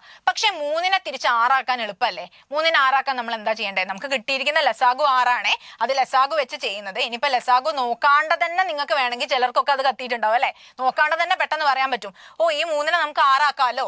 ഡിനോമിനേറ്റർ സെയിം ആയാലും, അതായത് ഛേദഭാഗം തുല്യമായ വേറെ പ്രശ്നമൊന്നുമില്ലല്ലോ, നേരെ നിങ്ങൾ ചെയ്യാൻ പഠിച്ചതല്ലേ, ഓൾറെഡി നമ്മൾ തുടക്കത്തിൽ പഠിച്ചതാ.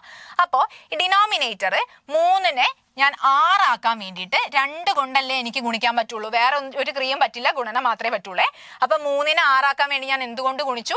2 കൊണ്ട് ഗുണിച്ചു. അതേ 2 കൊണ്ട് ഞാൻ എവിടെയും ഗുണിക്കണം, ഇതിന്റെ മുകൾ ഭാഗത്തും ഗുണിക്കണം. അത് നിർബന്ധമാണ്. താഴെ എന്ത് ചെയ്യുന്നോ ആ കാര്യങ്ങൾ നിങ്ങൾ എവിടെയും ചെയ്തിരിക്കണം, മുകളിലും ചെയ്തിരിക്കണം. അതിപ്പോ എന്തായാലും ശരി, താഴെ ചെയ്തോ അത് മുകളിലും ചെയ്യാം. മുകളിൽ ചെയ്തിട്ടുണ്ടെങ്കിൽ താഴെയും ചെയ്യാം കേട്ടോ. ഓക്കെ അല്ലേ? അപ്പൊ ഇതിനൊന്ന് ഗുണിച്ചിട്ട് പറഞ്ഞേ, 2 × 1 എന്ന് പറഞ്ഞാൽ 2, അടിയിൽ 6 വന്നു. ഇപ്പൊ ഇവിടെ എന്ത് കിട്ടി? 2/6. ഇനി നോക്കിക്കേ, 2ന്റെയും ഛേദഭാഗം എന്തായിട്ട് വന്നു? തുല്യമായിട്ട് വന്നില്ലേ? 2ന്റെയും ഛേദം തുല്യാണെങ്കിൽ നേരെ നമുക്ക് കൂട്ടാന്ന് അറിഞ്ഞൂടെ? കൂട്ടാന്ന് പറയുമ്പോൾ 2നെയും കൂടെ കോമൺ ആയിട്ട് നമ്മൾ ഒറ്റ തവണ ആ ഛേദമായിട്ട് എഴുതും. മുകളിലുള്ള 2 പേരെയും നമ്മൾ എന്ത് ചെയ്യും?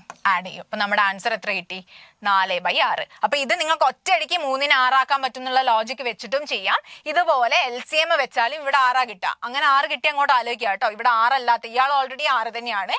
ഈ സംഖ്യയെ നമ്മുടെ ലസാഗു LCM ആക്കാൻ എന്ത് ചെയ്യാം എന്നാണ് നമ്മൾ ചിന്തിക്കേണ്ടത്. ഓക്കെ ആണോ? അപ്പൊ ആ 2 രീതിയിലും നിങ്ങൾക്ക് എന്ത് പറയാം, ഈ ലസാഗു രീതി വെച്ചിട്ട് ചെയ്യാൻ വേണ്ടി പറ്റും. ഓക്കെ, ഇനി ഇതുപോലെ മൈനസ് വരുന്ന മറ്റൊരു നമ്പറാണ് 2/4 - 3/6. അപ്പൊ ഇതിന്റെ ലസാഗു എടുത്താൽ എങ്ങനെയാ വരാൻ നോക്കാം. 4ഉം വന്നു 6ഉം വന്നു. ഇതിനെ നമ്മൾ എന്ത് ചെയ്യാണ്? 2ൽ തുടങ്ങാം അല്ലെ. 2ൽ 2 വട്ടം, 6 3 വട്ടം. ഓക്കെ അല്ലേ? ഇനി ഡിവൈഡ് ചെയ്ത് താഴേക്ക് എഴുതാം കേട്ടോ. ഇനി 2 തന്നെ പോവുകയാള്. അപ്പൊ ഞാൻ 2 എടുത്തു. 2ൽ 2 ഒരു വട്ടം, 3 ഒരു വട്ടം. ഇനി 3ൽ 3 അല്ലാണ്ട് വേറെ പോവില്ല. അപ്പൊ നിങ്ങൾ ഇനി ഇത് കംപ്ലീറ്റ് ചെയ്യണം എന്നില്ല, കാരണം ഓൾറെഡി ഒരാൾ 1 ആയിട്ടുണ്ട്. മറ്റേ ആള് 3നെ 3 കൊണ്ട് തന്നെ ഹരിച്ചാലല്ലേ ആവുള്ളൂ. അപ്പൊ നിങ്ങൾ ഇങ്ങനെ വരട്ടാലും ഇവിടെ 3 തന്നെ എഴുതുള്ളൂ. അതുകൊണ്ട് വ്യത്യാസമൊന്നുമില്ല. അപ്പൊ എങ്ങനെയാ നമ്മൾ LCM കാണുക?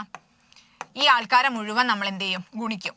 2 × 2 × 3 എത്രയാണ്? 4 × 3 12 ആണ് ഉത്തരം കിട്ടിയത് അല്ലെ. അപ്പൊ അതാ ഇങ്ങോട്ടേക്ക് തിരിച്ചു വരിക. 4നെ 12 ആക്കാൻ എത്ര കൊണ്ട് ഗുണിക്കണം? 4നെ 12 ആക്കാൻ എത്ര കൊണ്ടാ നമ്മൾ ഗുണിക്കുക? 3 കൊണ്ട്. അതേ 3 കൊണ്ട് മുകളിലും ഗുണിക്കണ്ടേ? ഇപ്പൊ നോക്കിയേ, താഴെ ഭാഗം 12 ആയി. ഇനി ഇവിടെ ഉണ്ടല്ലോ 6നെ എന്ത് ചെയ്യാം? എത്ര കൊണ്ടാ? 2 കൊണ്ടല്ലേ. അപ്പൊ മുകളിലും നിങ്ങൾ 2 കൊണ്ട്. 12 ആക്കാൻ ആവശ്യമുള്ള ആൾ ആരാണോ അയാളെ കൊണ്ട് മുകളിലും താഴെയും ചെയ്യാം കേട്ടോ. സോ ഇവിടെ എന്ത് കിട്ടിയ ആൻസർ? 6/12 മൈനസ് ഇവിടെയോ 6/12. അപ്പൊ ആൻസർ എന്തായിട്ട് വന്നു? ആലോചിച്ച് നോക്കിയേ. 6/12 മൈനസ് 6/12 ഉത്തരം 0 ആയി നേരെ. അപ്പൊ ഞാൻ ഇതൊരു ഉദാഹരണം നിങ്ങൾക്ക് കാണിച്ചു തന്നതാണ്. ഇതിൽ തന്നെ നിങ്ങൾക്ക് വേറെ രീതിയിലും ആലോചിക്കാം. ഇപ്പൊ നോക്കിക്കോളൂ, 2/4 ഇതേ ചോദ്യം തന്നെ ഞാൻ ഒന്നുകൂടി എടുക്കുകയാണെ. 3/6 ഇത് 2നെ നിങ്ങൾക്ക് ചെറുതാക്കിക്കൂടെ? സമാന ഭിന്നങ്ങൾ എന്ന് പറയുന്ന രീതി നമ്മൾ പറഞ്ഞല്ലോ, അതിനെ വെച്ചിട്ടൊന്ന് ചെറുതാക്കി നോക്കിയേ. 2/4നെ വെട്ടി ചെറുതാക്കിയാൽ എന്തായിട്ട് മാറും? 1/2 അല്ലെ. ഇതും വെട്ടി ചെറുതാക്കിയാൽ 1/2. ശരിക്കും അങ്ങനെ തന്നെ നിങ്ങൾക്ക് 0 എന്ന് നേരിട്ട് എഴുതാൻ പറ്റുന്ന ചോദ്യമാണ്. അപ്പൊ നിങ്ങൾക്ക് ഇതിലെ വ്യത്യസ്തമായ വഴികളെല്ലാം നമ്മൾ എന്ത് ചെയ്യാണ്? പറഞ്ഞു തരാണ് കേട്ടോ, വിശദീകരിച്ച് പറഞ്ഞു തരാണ്.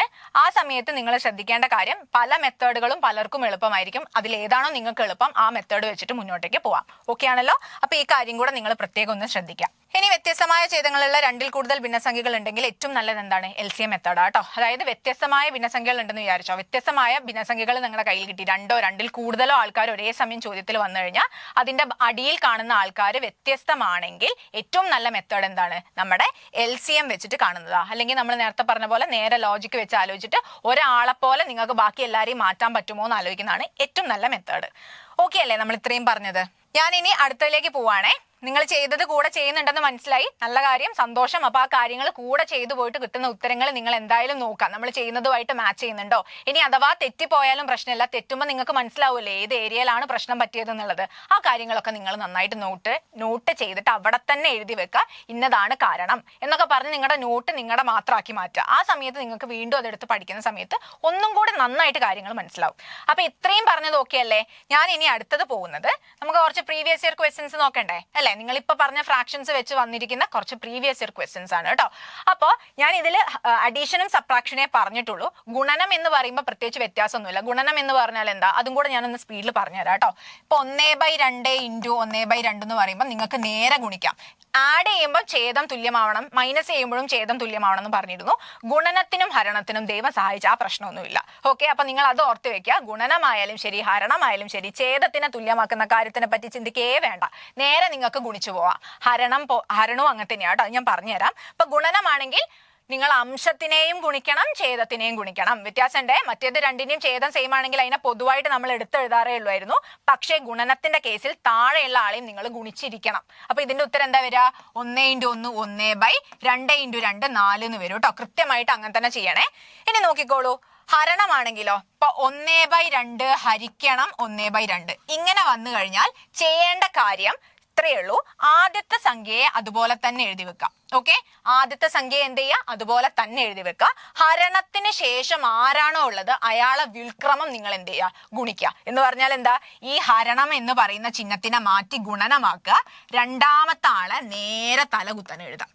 ഓക്കെ അല്ലേ? അപ്പൊ ഡിവിഷൻ ചെയ്യുമ്പോൾ ചെയ്യേണ്ട കാര്യം എന്താ? ആദ്യത്തെ സംഖ്യ അങ്ങനെ തന്നെ എഴുതും, ഹരണം മാറ്റി ഗുണനമാക്കുന്നു, രണ്ടാമത്തെ സംഖ്യ അതിന്റെ കൂടെ തല തിരിയുന്നു. ഇനി നേരെ നിങ്ങൾക്ക് കട്ട് ചെയ്തൂടെ?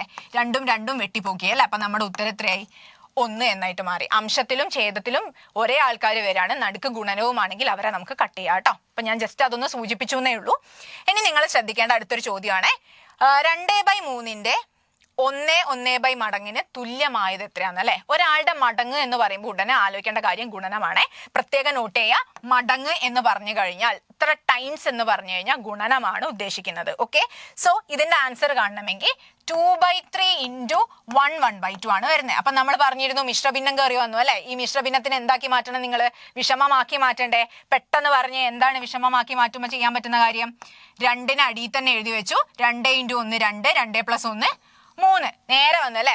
പിന്നെ ഞാൻ ഇപ്പൊ പറഞ്ഞ കാര്യം, മുകളിലും താഴെയും ഒരേ സംഖ്യയും നടുക്ക് ഗുണനവുമാണെങ്കിൽ നേരെ വെട്ടിക്കളയാം. അപ്പൊ നോക്കിക്കേ, നടുക്ക് ഗുണനം അല്ലേ? മുകളിലും 2 താഴെയും 2, മുകളിലും 3 താഴെയും 3. സോ നമ്മുടെ ഉത്തരം എത്രയാണ്? 1. അപ്പൊ ഇതിൽ നോക്കുക, ഓപ്ഷനിൽ ഉണ്ടോന്ന് അല്ലെ? സി ആണ് നമ്മുടെ കറക്റ്റ് ആൻസർ ആയിട്ട് വരുന്നത്. ഓക്കെ ആണോ? സോ അതാണ് നമ്മുടെ ആദ്യത്തെ ഉത്തരം കേട്ടോ. അപ്പൊ നമ്മൾ ഫ്രാക്ഷനിൽ പഠിച്ച ആൾക്കാരെ നമ്മളിങ്ങനെ ഉപയോഗിച്ച് തുടങ്ങിയിരിക്കുകയാണ്. അപ്പൊ അവിടെ പറഞ്ഞ കാര്യങ്ങൾ നിങ്ങൾ കൃത്യമായിട്ട് മനസ്സിലാക്കി വെക്കുക. അടുത്ത ചോദ്യം നോക്കിക്കേ, 1/2 + 1/4 + 1/8 + 1/16 + 1/32 എന്ത് കൂട്ടിയാൽ നിങ്ങൾക്ക് 1 കിട്ടും എന്നാ ചോദ്യം. വളരെ എളുപ്പമുള്ള ചോദ്യം അല്ലെ? ഇത് ഒന്നിൽ കൂടുതൽ എന്ത് കാണുന്നുണ്ട്? ഭിന്നസംഖ്യകൾ കാണുന്നുണ്ട്. അപ്പൊ നിങ്ങൾ ചെയ്യേണ്ട കാര്യം എന്താ? ഇതിലെ എല്ലാത്തിന്റെയും ഡിനോമിനേറ്റർ ഛേദഭാഗം തുല്യമാക്കണം. ഇപ്പൊ 32 ആണ് നിങ്ങൾ എടുത്തതിൽ ഏറ്റവും വലിയ സംഖ്യ. ബാക്കി എല്ലാ ആൾക്കാരും നോക്കിക്കേ 32 ആക്കാൻ പറ്റില്ല. ഇതിന് LCM എന്നൊക്കെ ആലോചിച്ച് പോകേണ്ട ആവശ്യമുണ്ടോ? വളരെ എളുപ്പത്തിൽ മനസ്സിലാവും. ഇതിലെല്ലാവരും നിങ്ങൾ എന്ത് ചെയ്താൽ മതി? നേരെ എന്ത് ചെയ്താൽ മതി? ആഡ് മീൻസ് എന്ത് ചെയ്താലാണ് 32 ആക്കാൻ പറ്റുന്ന ആൾക്കാരല്ലേ നോക്കുക. 2നെ 32 ആക്കിക്കൂടെ? അതേപോലെ 4നെയും 8നെയും 16നെയും ഒക്കെ നിങ്ങൾക്ക് 32 ആക്കാം. 32 ആക്കാൻ ആരെയാണോ ആവശ്യം അതിനെ കൊണ്ട് മുകളിലും താഴെയും ഗുണിച്ചോളൂ. അപ്പൊ 2 × 16 ചെയ്താലാണ് എന്ത് വരിക? 32. അപ്പൊ മുകളിലും 16 കൊണ്ട് ഇൻറ്റു ചെയ്തു. ഇനി 4 × എത്രയാ? 32 8 അല്ലേ? അപ്പം ഇവിടെയും നിങ്ങൾ എന്ത് ചെയ്യുക? 8, ഇവിടെയും 8. ഇനി 8 × 4 ആണല്ലോ, അപ്പൊ താഴെയും മുകളിലും 4. 16 × 2 ആണ്, മുകളിലും താഴെയും 2. പിന്നെ അവിടെ ഓൾറെഡി 32 ആണ്, അതിനെ മാറ്റാനൊന്നുമില്ല, അങ്ങനെ തന്നെ വെക്കാം. ഇനി പെട്ടെന്നൊന്ന് പറയാം, ഇതിന്റെ എല്ലാത്തിന്റെയും ഡിനോമിനേറ്റർ എത്രയായി? 32. ഇത് 32, ഇതും എല്ലാവരും 32 ആയതുകൊണ്ട് ഞാൻ ഒറ്റ തവണ 32നെ എഴുതി. ന്യൂമറേറ്ററിന്റെ ഭാഗത്തിൽ എന്ത് വരുന്നു? 16 പ്ലസ്, പിന്നെ ഇവിടെ എന്താ വരിക? 8 പ്ലസ് 4 പ്ലസ് 2 പ്ലസ് 1. ഇങ്ങനെയാണ് നമ്മുടെ ഉത്തരം വന്നത് അല്ലെ? അപ്പൊ ഇതിന്റെ ആൻസർ എത്രയാണ്? 16 4 20, 28 2 30, 31 എന്ന് വന്നു. 31/32 അല്ലെ? ഇനി ഇതിനോട് ഞാൻ ആരെ കൂട്ടിയാലായിരിക്കും എനിക്ക് ഉത്തരം 1 ആയിട്ട് വരിക? ആലോചിച്ച് നോക്കിയേ. ഈ 31/32 കൂട്ടണമെങ്കിൽ താഴത്തെ സംഖ്യ സെയിം ആയിരിക്കണ്ടേ അല്ലെ? നമ്മൾ അങ്ങനെയാണല്ലോ പഠിച്ചത്. താഴത്തെ സംഖ്യ തന്നെ ഇവിടെ വന്നാലേ നേരിട്ട് കൂട്ടാൻ പറ്റുള്ളൂ അല്ലെ? അപ്പൊ ഞാൻ ഇവിടെ 32 എഴുതണം എന്നുള്ളത് നിർബന്ധമല്ലേ? കാരണം ഡിനോമിനേറ്റർ സെയിം ആയാലല്ലേ നിങ്ങൾക്ക് അതിനെ കൂട്ടി എഴുതാൻ പറ്റുള്ളൂ. ഇനി മുകളിൽ ഞാനൊരു 1 ഇട്ടാൽ എന്താ സംഭവിക്കുക? ഒന്ന് ആലോചിച്ച് നോക്കിയേ. ഇയാളെ ഞാൻ എടുത്ത് എഴുതിയതാണേ, ഒന്ന് നോക്കാം. താഴെയും 2 പേരും 32. അപ്പൊ നമ്മൾ ഒറ്റയടിക്ക് അയാൾ എന്താക്കി എഴുതി? 32 എന്ന് എഴുതി. മുകളിലോ 31 + 1 എത്രയായി? 32. 32/32 എത്രയായി? 1. അപ്പൊ നമ്മുടെ ആൻസർ എത്രയായിരിക്കും? 1/32. ക്ലിയർ ആണോ? നിങ്ങൾക്ക് കിട്ടിയ ഉത്തരത്തിൽ നിങ്ങൾക്കറിയാം 1 കിട്ടണമെങ്കിൽ മുകളിലും താഴെയും സെയിം സംഖ്യ വന്നാൽ മതി. ഇവിടെ 32 ഉണ്ടെങ്കിൽ മുകളിലും 32 ആക്കാൻ പറ്റിയ 32/32 1 അറിയാം. അപ്പോൾ അഡീഷൻ ആയതുകൊണ്ട് താഴെ 32 വന്നാൽ അടുത്ത സംഖ്യ കൂട്ടണമെങ്കിൽ അതിലും 32 തന്നെ വരണം. 31 1 കൂട്ടേണ്ടതെന്ന് പറയാം. അപ്പൊ നമ്മുടെ ഉത്തരം എത്രയാണ്? 1/32. കണ്ടോ? അപ്പൊ അതും ആൻസർ ഏതാണ്? Option C 1/32. ഇതൊക്കെ നിങ്ങളുടെ പരീക്ഷകളിൽ ചോദിച്ച ചോദ്യങ്ങളാണ്. ഇനി നമുക്ക് അടുത്തയിലേക്ക് പോവാം. ഒരു സംഖ്യയോട് അതിന്റെ പകുതി കൂട്ടിയപ്പോൾ, ഇത് പ്രത്യേകം ശ്രദ്ധിക്കുക, അറിയാത്ത സംഖ്യനെ നമ്മൾ എപ്പോഴും എന്താക്കി എടുക്കും? എക്സ് ആക്കി എടുക്കും. ഇതിനോട് ഇതിന്റെ പകുതി കൂട്ടുക എന്ന് പറഞ്ഞാൽ എന്താ? എക്സിന്റെ പകുതി പറഞ്ഞാൽ എത്രയാ? x/2 അല്ലേ? ഇത് ഓർത്ത് വെക്കണേ. എക്സ് ആണ് നമ്മുടെ അറിയാത്ത സംഖ്യ. ആ സംഖ്യയുടെ പകുതി എന്ന് പറഞ്ഞാൽ എന്താ? അപ്പൊ നിങ്ങളുടെ കയ്യിലുള്ള സംഖ്യ 4 വിചാരിച്ചോ. 4ന്റെ പകുതി എന്ന് പറയുമ്പോൾ നമ്മൾ 2 എന്ന് പറയുന്നില്ലേ? അതെങ്ങനെയാണ് നിങ്ങൾക്ക് 2 കിട്ടുന്നത്? 4/2 അല്ലേ? ഇതാണ് സംഭവം. അപ്പോ എക്സ് ആണ് നമ്മൾ അറിയാത്ത സംഖ്യ ആക്കി എടുക്കുന്നതെങ്കിൽ അതിന്റെ പകുതി എന്ന് പറഞ്ഞാൽ ഏതൊരു സംഖ്യന്റെ പകുതി എന്ന് പറഞ്ഞാൽ 2 കൊണ്ട് ഹരിക്കുന്നതാണ്. അപ്പൊ എക്സിന്റെ പകുതി x/2. ഇത് രണ്ടും കൂടെ കൂട്ടിയപ്പോ നമുക്ക് കിട്ടിയ ഉത്തരം എത്രയാണ്? 111. അങ്ങനെയാണെങ്കിൽ സംഖ്യ എത്രയാണെന്നാണ് കണ്ടുപിടിക്കേണ്ടത്. അപ്പൊ എന്താ നമ്മൾ ചെയ്യുക? ഇപ്പൊ 2 ഫ്രാക്ഷൻസാ കിടക്കുന്നത്. നിങ്ങൾ 1 + 1/2 എന്ന് പറഞ്ഞാൽ എന്തായിരിക്കും ചെയ്യുക? അത് ആലോചിച്ചാൽ മതി. ഇങ്ങനെ വന്നാൽ എന്തായിരിക്കും ചെയ്യുക? ഞാൻ പറഞ്ഞിരുന്നു, താഴെ ഛേദമില്ലാതെ അല്ലെങ്കിൽ ഒറ്റയ്ക്ക് നിൽക്കുന്ന സംഖ്യ കണ്ട ഉടനെ എന്ത് ചെയ്യുക? താഴെ ഒരു 1 ഇട്ട് കൊടുക്കുക അല്ലെ? അതേപോലെ ഇതിനൊന്ന് ആലോചിച്ച് നോക്കിയേ. എക്സിന്റെ അടിയിൽ ആരുമില്ല. അപ്പൊ ഞാനൊരു /1 ഇട്ട് കൊടുത്തു. പ്രശ്നമുണ്ടോ? ഒരു പ്രശ്നവുമില്ല. അപ്പൊ ഈ 1നെ 2 ആക്കാൻ പറ്റുന്ന ഉറപ്പാ. ഓൾറെഡി ഇയാൾ 2 തന്നെയാണ്. ഈ 1ന്റെ സ്ഥലത്തും കൂടെ ഒരു 2 വന്നാൽ നിങ്ങൾക്ക് നേരെ ആഡ് ചെയ്യാൻ പറ്റുമല്ലോ. അതിനു വേണ്ടി ഞാൻ എന്ത് ചെയ്യാണ്? നേരത്തെ പറഞ്ഞ പോലെ മുകളിലും താഴെയും ഒരു 2 കൊണ്ട് ഗുണിച്ചു. അപ്പൊ നമ്മുടെ ഉത്തരം എത്രയായി? 2x + x മൊത്തമായിട്ട് ഞാൻ 2ന് എഴുതി കേട്ടോ. = 111. ഇങ്ങനെ വന്നില്ലേ? എക്സിന് താഴെ 2 വരുത്താൻ വേണ്ടിയിട്ട് മുകളിലും താഴെ 2 കൊണ്ട് ഗുണിച്ചു. 2 × x-നെയാണ് 2x എന്ന് എഴുതിയത്. +x എന്ന് എഴുതി. ഹോൾ ഡിവൈഡഡ് ബൈ 2ന്റെ അടിയിൽ 2 ആണല്ലോ. അപ്പൊ പൊതുവായിട്ട് 2 എന്ന് എഴുതി. 2x-ലേക്ക് ഒരു എക്സും കൂടെ കൂട്ടിയാൽ എത്ര x ആയി? സാധാരണ പോലെ ആഡ് ചെയ്യുക. 2x കയ്യിലുണ്ട്, അതിലേക്ക് ഒരു എക്സും കൂടെ എടുത്തു വെച്ചാൽ ടോട്ടൽ 3x ആയി അല്ലേ? അപ്പൊ നിങ്ങൾക്ക് എന്ത് കിട്ടി? 3x/2 = 111. ഇനി ശ്രദ്ധിക്കേണ്ട കാര്യം, എക്സിനെയാണ് നമുക്ക് കിട്ടേണ്ടത്. ഇങ്ങനെ എക്സ് കണ്ടുപിടിക്കാനുള്ള ഏത് ക്വസ്റ്റ്യൻ ആയാലും ശരി, എക്സിന് ഒരു സൈഡിൽ വെക്കുക, ബാക്കി എല്ലാവരും അപ്പുറത്തേക്ക് കൊണ്ടുപോകുക. ഇതാണ് നമ്മൾ ചെയ്യേണ്ടത്. ഓക്കെ അല്ലേ? സോ ഇവിടെ ആദ്യം നമുക്ക് അടിയത്തെ ഈ /2നെ അപ്പുറത്തേക്ക് എടുക്കാം അല്ലെ? ഹരണം അപ്പുറത്തേക്ക് പോകുമ്പോൾ എന്തായിട്ട് മാറും? ഗുണനമായിട്ട് മാറുന്നു. ഓർത്ത് വെക്കണേ, ഹരണം അപ്പുറത്തേക്ക് പോകുമ്പോൾ ഗുണനമായിട്ട് മാറും. ഗുണനം അപ്പുറത്തേക്ക് പോകുമ്പോൾ ഹരണമായിട്ട് മാറും. പ്ലസ് മൈനസും മൈനസ് പ്ലസും ആയിട്ട് മാറും കേട്ടോ. ഈ കാര്യം ഓർത്തിരിക്കുക. അപ്പൊ ഇവിടെ ഹരണം അല്ലേ? 2 ഹരിക്കുകയല്ലേ? ഇത് അങ്ങോട്ട് പോകുമ്പോൾ എന്തായിട്ട് മാറി? 3x = 111 × 2 ആയി അല്ലേ? അതായത് 222. ഇനി ഇതിൽ നമുക്ക് ആരെ കിട്ടണം? എക്സ് കിട്ടണ്ടേ? എക്സ് കിട്ടണമെങ്കിൽ ഈ 3നെ നമ്മൾ എന്താ ചെയ്യേണ്ടത്? അപ്പുറത്തേക്ക് കൊണ്ടുപോകണം ആണല്ലോ. അപ്പൊ ഇവിടെ ഗുണനമാണ്. 3x എന്ന് പറഞ്ഞാൽ എന്താ? 3 × x ആണ്. ഓർത്തിരിക്കുക, 3x എന്ന് പറഞ്ഞാൽ 3 × x ആണ്. അപ്പൊ ഇൻഡുവിലുള്ള ഒരാൾ അപ്പുറത്തേക്ക് പോകുമ്പോൾ എന്താവുന്ന നമ്മൾ പഠിച്ചത്? ഡിവിഷൻ ആയിട്ട് മാറും. ഇയാൾ അങ്ങോട്ട് പോയാൽ എന്തായിട്ട് മാറി? 2/2 ആയിട്ട് മാറി. അപ്പൊ നമ്മുടെ ആൻസർ എത്രയായിരിക്കും?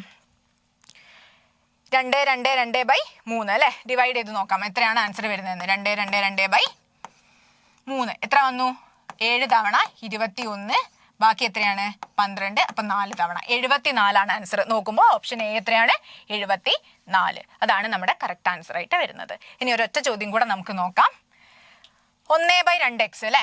1/2 + x / 1 - 1/2x = 1 ആണെങ്കിൽ എക്സിന്റെ വില കണ്ടുപിടിക്കാനാണ്. ഇങ്ങനെ പ്ലസ് വന്ന ഉടനെ ക്രോസ് മൾട്ടിപ്ലിക്കേഷൻ ചെയ്യാം. അതാണ് ഏറ്റവും ബെസ്റ്റ് പരിപാടി കേട്ടോ. അതായത് ഈ എക്സിനെ ഇങ്ങോട്ടേക്ക് ഇൻറ്റു ചെയ്യുക 2ലേക്ക്. അതായത് 1 + ഈ 2 × x എന്ത് വന്നു? 2x whole divided by 2. ഇത് ഞാൻ തൊട്ട് മുന്നേ പറഞ്ഞ അതേ മോഡൽ തന്നെയാണ്. നിങ്ങൾ അടിയിൽ ഒരു /1 ഇട്ട് കൊടുക്കുക. എന്നിട്ട് 2 ആക്കാൻ വേണ്ടി നമ്മൾ എന്ത് ചെയ്യും? മുകളിലും താഴെ ഒരു 2 കൊണ്ട് ഇൻറ്റു ചെയ്യില്ലേ? ആ പരിപാടി ചെയ്താൽ ഇതാണ് കിട്ടുക. മൊത്തമായിട്ട് ഡിവൈഡഡ് ബൈ ഈ ഡിവിഷൻ ആട്ടോ. ഈ ഡിവിഷനാണ് നമ്മൾ ഇപ്പൊ ഇവിടെ വരച്ചത്. ഇനി താഴെയും അതുപോലെ ഉണ്ടല്ലോ. ഇവിടെ എന്ത് ചെയ്യാം? നമുക്ക് ഇതിന്റെ അടിയിൽ ഒരു 1 ഇട്ട് കൊടുക്കാം. ഇവിടെയും 2 കൊണ്ട് മൾട്ടിപ്ലൈ ചെയ്യാം. കാരണം ഡിനോമിനേറ്റർ സെയിം ആക്കണം, ഛേദം സെയിം ആക്കാൻ വേണ്ടിയിട്ട്. ഇപ്പൊ എന്ത് കിട്ടി? 2 - x/2. അപ്പൊ നോക്കിക്കേ, ഇത് = 1 ആണേ. ഇവിടെ 2ന്റെയും അടിയിൽ എന്തുണ്ട്? 2 വരുന്നുണ്ട്. അതിനെ നിങ്ങൾക്ക് വെട്ടിക്കളയാം. ശരിയല്ലേ? ഹരണം എന്ന് പറഞ്ഞാൽ എന്താന്ന് പറഞ്ഞിരുന്നു? ഇൻറ്റു ഇട്ടിട്ട് നേരെ തലകുത്തനെ വരിക കേട്ടോ. അങ്ങനെ ഇൻറ്റു ഇട്ട് നേരെ തലകുത്തനെ വരുമ്പോൾ ഈ 2 അടിയിലും ഈ 2 മുകളിലും ആയിരിക്കും വരിക. അതാണ് ഇവിടെ തന്നെ വെച്ച് ഞാൻ കട്ട് ചെയ്തത്. ഇനി ബാക്കി വരുന്ന ആള് 2 - x ആ. ഈ 2 - x-നെ നമുക്ക് 1ന്റെ അടുത്തേക്ക് ഇൻറ്റു ചെയ്ത് കൊണ്ടുപോയിക്കൂടെ? അതായത് ഈ പറഞ്ഞിരിക്കുന്ന മൊത്തം ആളെ നമ്മൾ അപ്പുറത്തേക്ക് കൊണ്ടുപോകും. അപ്പൊ എന്ത് വന്നു? മുകളിൽ ഒരു 1 + 2x മാത്രമുണ്ട്. ഇപ്പുറത്ത് 1ന്റെ അടുത്തേക്ക് താഴെ ഡിവിഷൻ ആണ്. ഡിവിഷൻ അങ്ങോട്ട് പോകുമ്പോൾ എന്തായിട്ട് മാറി? ഗുണനമായിട്ട് മാറി. 1 × 2 - x എന്ന് വരും. അപ്പൊ എത്രയാ ഉത്തരം? 2 മൈനസ് എക്സ്. ഇനി നിങ്ങൾ നോക്കിക്കേ, 2x അടുത്തേക്ക് മൈനസ് എക്സിനെ കൊണ്ടുവരാണ്. ശ്രദ്ധിച്ച് നോക്കുക, ഇവിടെ 2x ഉണ്ട്, ആ 2xനെ അങ്ങനെ തന്നെ എഴുതി. ഇവിടെ ഒരു മൈനസ് എക്സ് ഉണ്ട്, ഈ മൈനസ് എക്സിനെ ഇപ്പുറത്തേക്ക് കൊണ്ടുവന്ന് എന്തായിട്ട് മാറും? പ്ലസ് എക്സ് ആയിട്ട് മാറും അല്ലെ. പിന്നെ ഓൾറെഡി ഇവിടെ ഒരു 2 ഉണ്ട്, ഇനി ഞാൻ ഈ 1നെ എന്ത് ചെയ്യാൻ പോവാ? അങ്ങോട്ടേക്ക് കൊണ്ടുപോവാ. അപ്പൊ അത് -1 ആയിട്ട് മാറി. എളുപ്പമല്ലേ? നമ്മൾ എന്ത് ചെയ്തു? 2x അടുത്തേക്ക് മൈനസ് എക്സ് വന്നപ്പോൾ മൈനസ് ഇങ്ങോട്ട് വരുമ്പോൾ പ്ലസ് ആവുമല്ലോ. അപ്പൊ 2x + x എന്ന് മാറി. ഇവിടെ 2 ഓൾറെഡി ഉണ്ട്, അതിനെ അവിടെ എഴുതി. +1നെ അങ്ങോട്ട് പോയപ്പോൾ -1 ആയിട്ട് മാറി. ഇതിന്റെ ഉത്തരം ഇനി എന്താ വരിക? 2xലേക്ക് ഒരു എക്സും കൂടെ കൂട്ടിയാൽ എത്ര എക്സ് ആയി? മൊത്തം 3x ആയി അല്ലെ. ബാക്കി ഞാൻ ഇവിടെ എഴുതുന്നുണ്ട്, 3x ഈക്വൽ ടു 2 - 1. എത്രയാണ് 2 - 1? 1 അല്ലേ. അപ്പൊ 1 ഇവിടെ ഇട്ടു. ഇനി എക്സ് സമം എത്ര വരും? *3 ആണ്. *3 അങ്ങോട്ട് പോകുമ്പോൾ എന്തായിട്ട് മാറി? ഹരണമായിട്ട് മാറി കേട്ടോ. അപ്പൊ ഇവിടെ എന്ത് കിട്ടി? 1/3. സോ നമ്മുടെ ഉത്തരം എത്രയാണ്? 1/3 ആണ് നമ്മുടെ ആൻസർ ആയിട്ട് വരുന്നത്. കണ്ടോ? അപ്പൊ നമുക്ക് എന്ത് പറയാം? കറക്റ്റ് ആൻസർ 1/3 ആണെന്ന് പറയാം. അപ്പൊ ഇത്രയും കാര്യങ്ങളാണ് നമ്മൾ ഇപ്പൊ പഠിച്ച ഫ്രാക്ഷൻസ് വെച്ചിട്ട് നമുക്ക് മനസ്സിലാക്കാൻ പറ്റിയത്. ഓക്കെ, അപ്പൊ നമ്മൾ സ്റ്റാർട്ടിങ് തൊട്ടേ എന്തിനൊക്കെ കുറിച്ചിട്ടാണ് പറഞ്ഞിട്ടുണ്ടായിരുന്നത്? ഫ്രാക്ഷൻസ് അഥവാ ഭിന്നസംഖ്യകൾ എന്തൊക്കെയാണ്, അതിലെ ടൈപ്പുകൾ പറഞ്ഞു. ആ ടൈപ്പിൽ തന്നെ എന്തൊക്കെ വ്യത്യസ്തമായ കാര്യങ്ങൾ അങ്ങോട്ടും ഇങ്ങോട്ടും മാറ്റാം, സമാന ഭിന്നങ്ങൾ, അതേപോലെ അഡീഷൻ, സബ്ട്രാക്ഷൻ, അതുപോലെ മൾട്ടിപ്ലിക്കേഷൻ, ഡിവിഷൻ, ഈ 4 ക്രിയകളും എങ്ങനെ ഭിന്നസംഖ്യകളിൽ ചെയ്യാം, അത് വെച്ചിട്ടുണ്ടായിരുന്ന കുറച്ച് പ്രീവിയസ് ഇയർ ക്വസ്റ്റ്യൻസും കണ്ടു. അപ്പൊ ഈ ഒരു ഏരിയ നിങ്ങൾ തറോ ആയിട്ട് നോക്കിയിരിക്കുക കേട്ടോ. അപ്പൊ നമ്മുടെ സെക്ഷൻ നിങ്ങൾ നന്നായിട്ട് നോക്കുക. ഫ്രാക്ഷൻസ് എന്ന് പറയുന്ന ഒരു ടോപ്പിക് മാത്രമേ നമ്മൾ എടുത്തിട്ടുള്ളൂ. ഇതുപോലെ മാത്സിൽ വേറെയും കുറേ ടോപ്പിക്സ് വരുന്നുണ്ട്. ആ കാര്യങ്ങളൊക്കെ നിങ്ങൾ ഡീറ്റെയിൽ ആയിട്ട് തന്നെ പഠിക്കുക. ഇനി നമ്മുടെ മുന്നിൽ ടൈം വളരെ ലിമിറ്റഡ് ആണ്. ഡെയിലി പ്രാക്ടീസ് ചെയ്ത് തന്നെ നിങ്ങൾ പഠിക്കണേ. കാരണം പറയാനുള്ള പ്രത്യേകിച്ച് എന്ന് പറഞ്ഞു കഴിഞ്ഞാൽ നമ്മൾ പലരും വായിച്ചു വിടുന്ന ആൾക്കാരാണ്. അപ്പം മാത്സ് ബാക്കിയുള്ള സബ്ജക്റ്റുകൾ പോലെയല്ല. നിങ്ങൾ പഠിക്കുന്ന സമയത്ത് കൃത്യമായിട്ട് എഴുതി തന്നെ അത് ശീലിക്കുക. ഓക്കെ, എഴുതി പഠിച്ചാൽ അതൊരിക്കലും മറക്കില്ല. കൃത്യമായ കാര്യങ്ങൾ എത്ര ആവർത്തി ചെയ്യുന്നോ അത്രയും നല്ലതാണ്. അതുപോലെ ചെയ്ത് ചെയ്ത് ചെയ്ത് കാര്യങ്ങൾ നന്നായിട്ട് നിങ്ങൾ പഠിച്ചെടുക്കാം. ക്ലിയർ അല്ലേ പറഞ്ഞത്? ഓക്കെ, അപ്പൊ നിങ്ങൾ നിങ്ങളുടെ പഠിത്തം എന്ത് ചെയ്യുക? നല്ല രീതിക്ക് മുന്നോട്ട് പോവുക. കേട്ടിട്ട് എക്സാം നല്ല കോൺഫിഡൻസോട് കൂടിയിട്ട് എഴുതുക. എല്ലാവർക്കും ഓൾ ദ ബെസ്റ്റ്. ഓക്കെ.